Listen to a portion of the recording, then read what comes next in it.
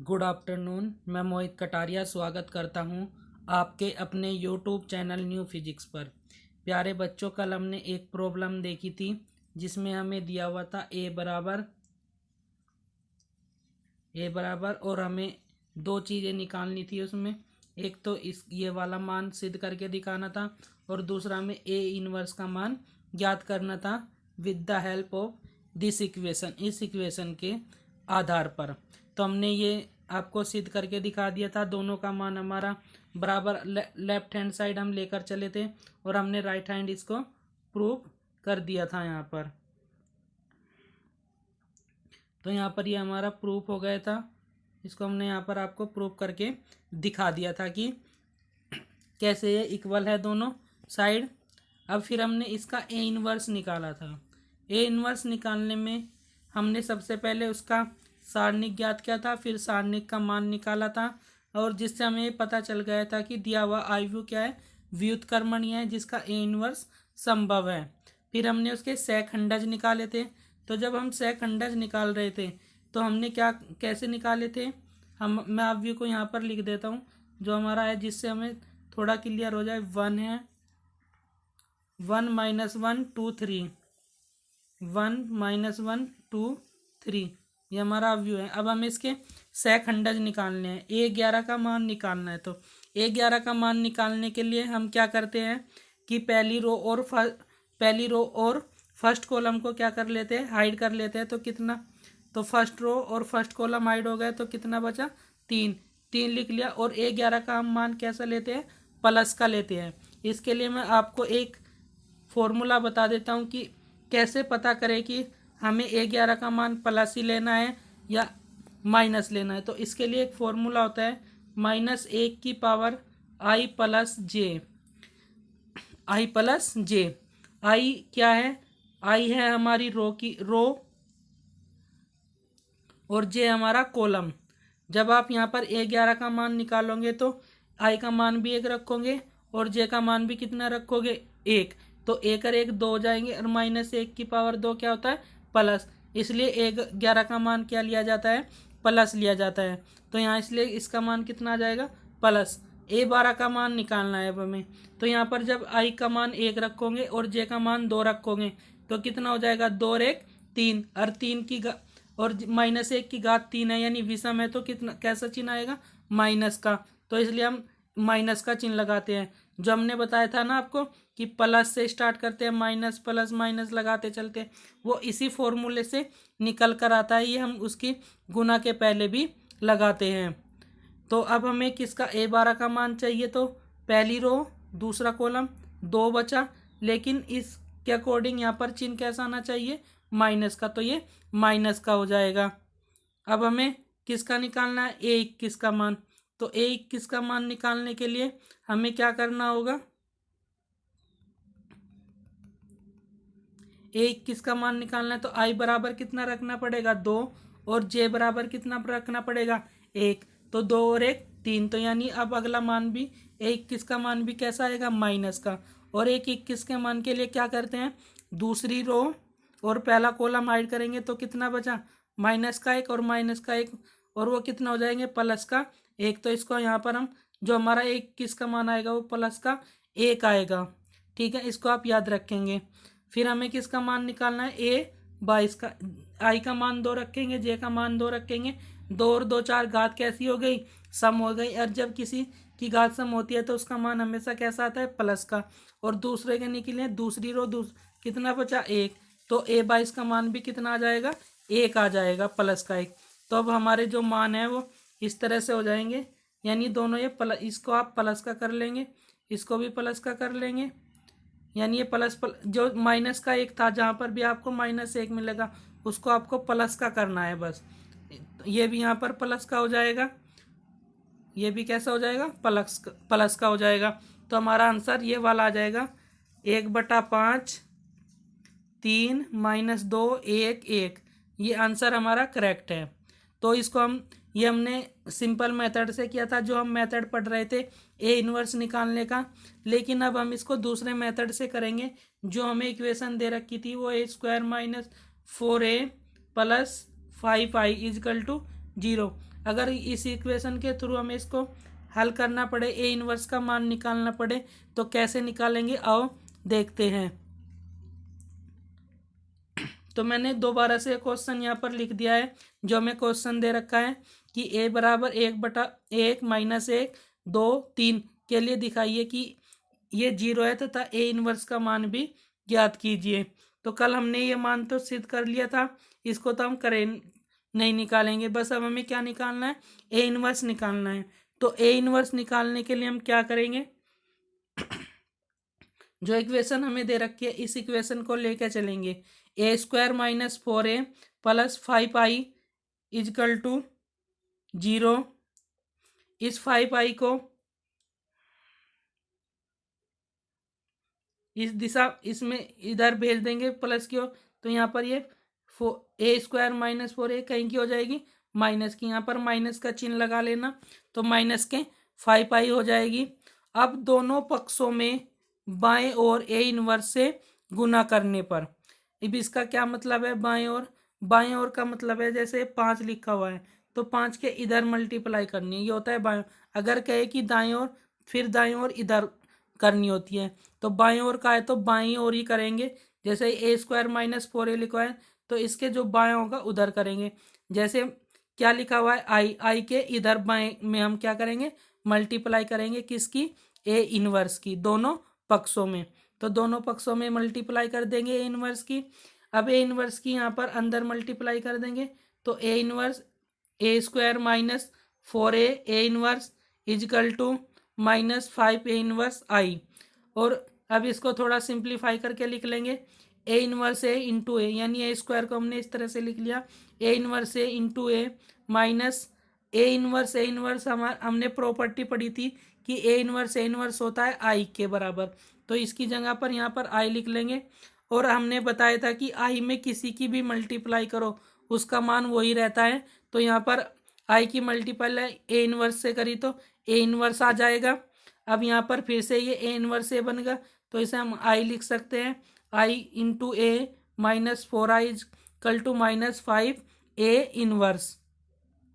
और आई की मल्टीप्लाई फिर किसी में करेंगे तो वो वही हो जाएगा, तो आई इंटू ए फिर से क्या हो जाएगा, A minus 4a equal to minus 5a inverse. अब क्या करेंगे, मैंने यहाँ पर सारी प्रॉपर्टी लिख दिया किस किस कारण से ये चेंज हो रहे हैं। ठीक है, आप यहाँ से भी ये प्रॉपर्टी याद रख सकते हैं। अब हमने क्या किया कि 5a को इधर ले आई तो इधर आके प्लस का हो जाएगा, ये इधर जाके माइनस वाला प्लस का हो जाएगा, प्लस वाला माइनस का, यानी 4a माइनस ए। अब हमें ए इनवर्स का मान निकालना है, तो 5a इनवर्स हमने एज इट इज रखा, 4 आई की जगह आई का मान रख देंगे। आई मैंने कल बताया था आइडेंटिटी मैट्रिक्स होता है, और कौन से ऑर्डर का लेना है, जिस ऑर्डर का मान हमारा ए का होगा उसी ऑर्डर का मान हमें किसका लेना है, आई का लेना है। तो आई का मान 2 ऑर्डर का लेना है, 2 इंटू 2 का, तो 1 0 0 1 माइनस 1 ए का मान हमें दे ही रखा वो रख लेंगे। ये 5a inverse as it is 4 के अंदर मल्टीप्लाई कर देंगे, 4 0 यहाँ 0 यहाँ 4 आ जाएगा, अभी आ जाएगा। अब इन दोनों के बीच में माइनस का चिन्ह है तो घटा लेंगे, 4 में से -1 0 -1 माइनस माइनस प्लस हो जाएगा, 0 - 2 4 -3। सोल्व करेंगे तो 5a इनवर्स बराबर 3 1 -2 1, फिर ये 5 अपॉन में ले आएंगे तो ए इनवर्स का मान कितना आ गया, 1/5 3 1 - 2 1।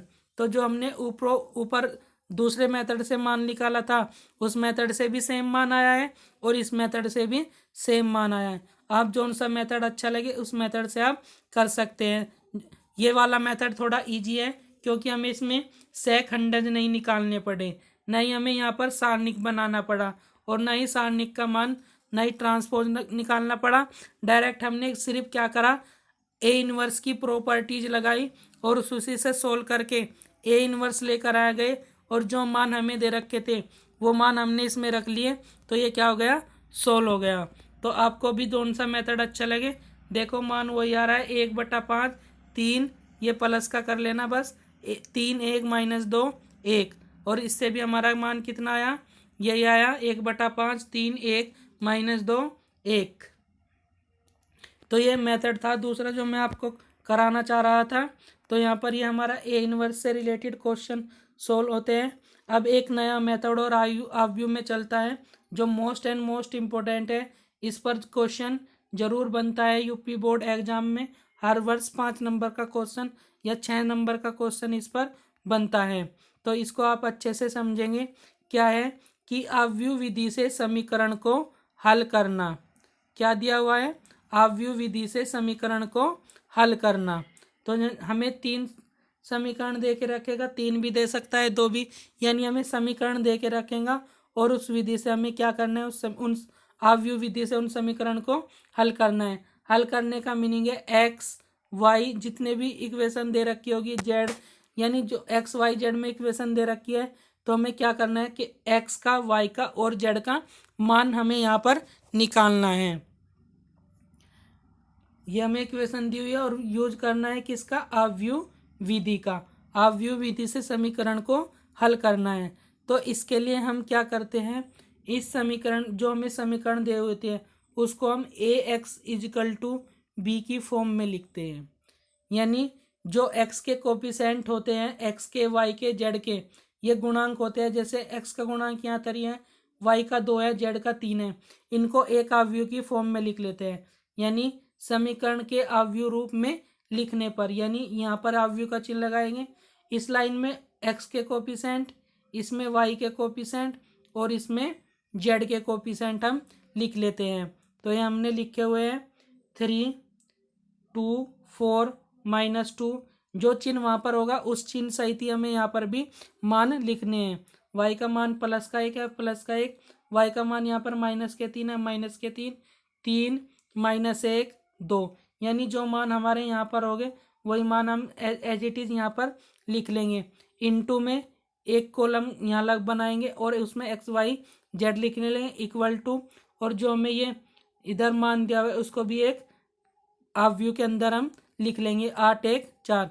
तो जो ये हमारी फॉर्म बनती है ये हमारी ए एक्स इजकल टू बी की फॉर्म बनती है। यहाँ से भी हम डिपेंड करता है कि हमारे समीकरण के कितने हल होंगे।